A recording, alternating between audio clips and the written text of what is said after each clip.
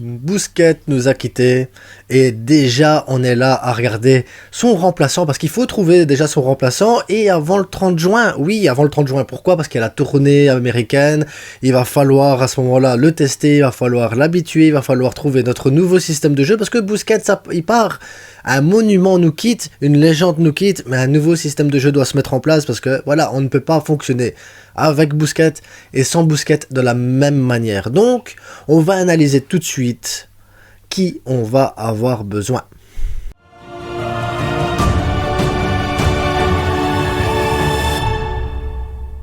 Donc tout d'abord, merci à tous ceux qui ont répondu au sondage, ouais, parce que vous avez été quand même pas mal à répondre au sondage, il n'y a pas eu pas mal de commentaires aussi, et donc je vais me servir de ce sondage pour répondre à cette question primordiale.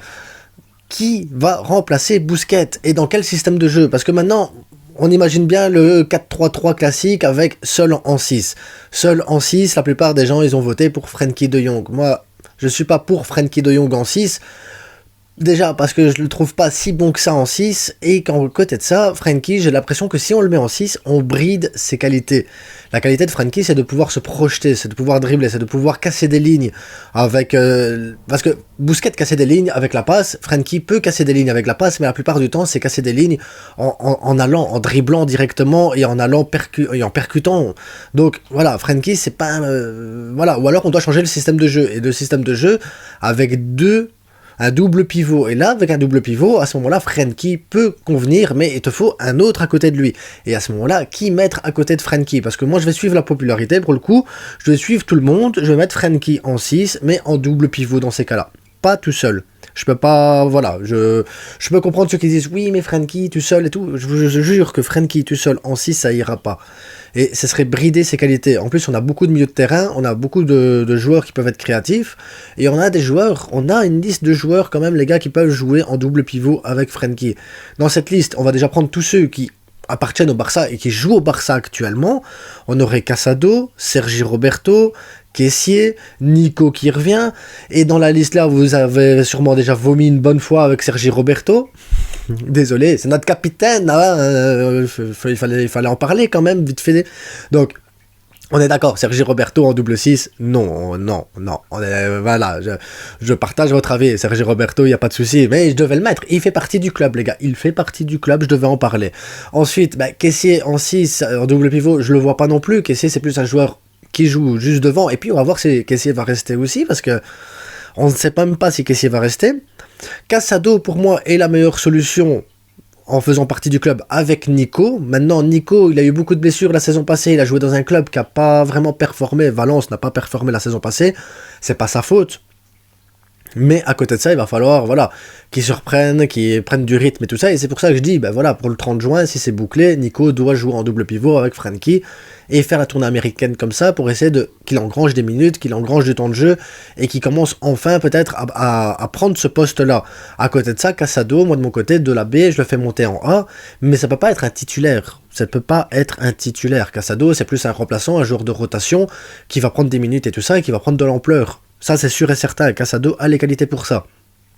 Maintenant, si on devait aller chercher à l'extérieur, en oubliant qu'on a, imaginons qu'on ait un budget illimité, qu'on a une masse salariale, voilà, il n'y a pas de souci, imaginons qu'il n'y a pas de souci, moi j'irais chercher Rodri, direct, c'est Rodri, ça serait mon choix numéro 1. Maintenant, on pourra pas se permettre Rodri parce que la masse salariale elle explose, parce que le budget transfert il faut qu'on vende pour 80 ou 100 millions, parce que on sait pas ce qu'on a dans les poches, on sait pas ce qu'il va y avoir, donc voilà, c'est trop d'argent. Rodri ça va être beaucoup trop d'argent, et dans ces cas-là la plupart des gens me parlent d'Amrabat. Amrabat serait pour moi le choix idéal. Maintenant la Fiorentina ils sont là, 30 millions, 35, 40, 50, ouais, il faut pas que ça devienne abusé non plus les gars.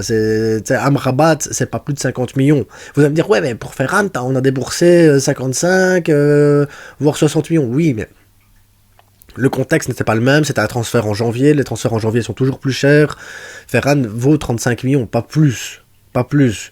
Donc revenir sur les anciens transferts en disant oui, mais on a mis autant pour lui, ouais, mais Amrabat, en été comme ça, ça vaut pas plus de 50 millions, les gars. Donc oui, si Barça peut mettre 50 millions pour Amrabat, pourquoi pas mettre les 50 millions pour Amrabat?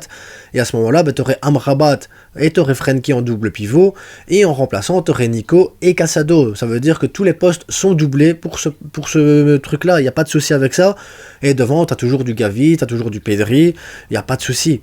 Donc Pedri, Gavi, et après il faudra de toute façon recruter. Si Kessié il reste, t'as Kessié en plus, et après il nous faut absolument un joueur, un bon joueur, et là t'as Gundogan qui devrait ou arriver, et si on a l'argent, Bernardo Silva. Maintenant je vous avoue que si on fait Amrabat, Bernardo Silva on l'aura sûrement pas. Si Messi vient, et on verra, parce que ça va être compliqué Messi, parce qu'à mon avis, on dit que non, mais pour moi Messi et Busquets et Jordi Alba, il y a un truc commun. Donc Busquets part en Arabie Saoudite, je crains que Messi part aussi en Arabie Saoudite pour jouer avec Busquets, et j'espère que Alba va suivre en fait ses copains. Là par contre, voilà, il y a un petit côté espérance. Donc l'avenir se prépare. Voilà moi ce que j'aurais pensé pour le poste de 6, ça veut dire ne plus jouer avec un 6 fixe, mais plus jouer à ce moment-là avec un double pivot. Et après les matchs où les équipes, elles jouent le bloc bas et tout ça, t'es plus obligé de jouer avec un double pivot, tu peux mettre Frenkie tout seul en 6, un peu comme le rôle de Kroos il a eu contre Manchester City, où il se met entre les deux défenseurs centraux pour distribuer les ballons, pour organiser le truc, et à côté, les ailiers qui montent. Donc là, il y a aussi une possibilité de jouer différemment avec Frenkie qu'avec Busquets. Il y a une possibilité de faire des choses différentes. Donc peut-être profiter du départ de Busquets pour essayer de changer les choses, pour essayer de changer le style de jeu, pour essayer d'apporter une différence dans le style. Pas quelque chose de mieux, parce que je ne sais pas s'il y aura quelque chose de mieux dans la manière de jouer de Busquets, mais apporter quelque chose de différent, quelque chose qu'on n'a pas encore réussi à faire et qui nous bloque sur le plan européen surtout. Parce qu'en Europe, ça fait 2 ans qu'on fait l'Europa League, et il est temps maintenant de préparer la Ligue des Champions et d'aller chercher pas forcément le titre de Ligue des Champions, mais aller chercher quelque chose de cohérent en Ligue des Champions, un quart, un demi-finale. Quand j'ai vu le match hier Inter contre Milan, je suis désolé, on a notre place dans ce carré-là. On n'a pas la place dans le carré d'avant, mais dans ce carré-là, on avait notre place. Clairement, s'il n'y avait pas eu les erreurs d'arbitrage, les ratés de Lewandowski, s'il n'y avait pas eu tout ce qui s'est passé durant cette campagne de Ligue des Champions, on aurait pu se retrouver là, et on aurait dû se retrouver là, sans ces blessures et tout ça, sans piquer. La balle elle passe, c'est beau les gars, c'est bon. C'est bon. Bref, je m'éloigne du sujet. Donc, en 6...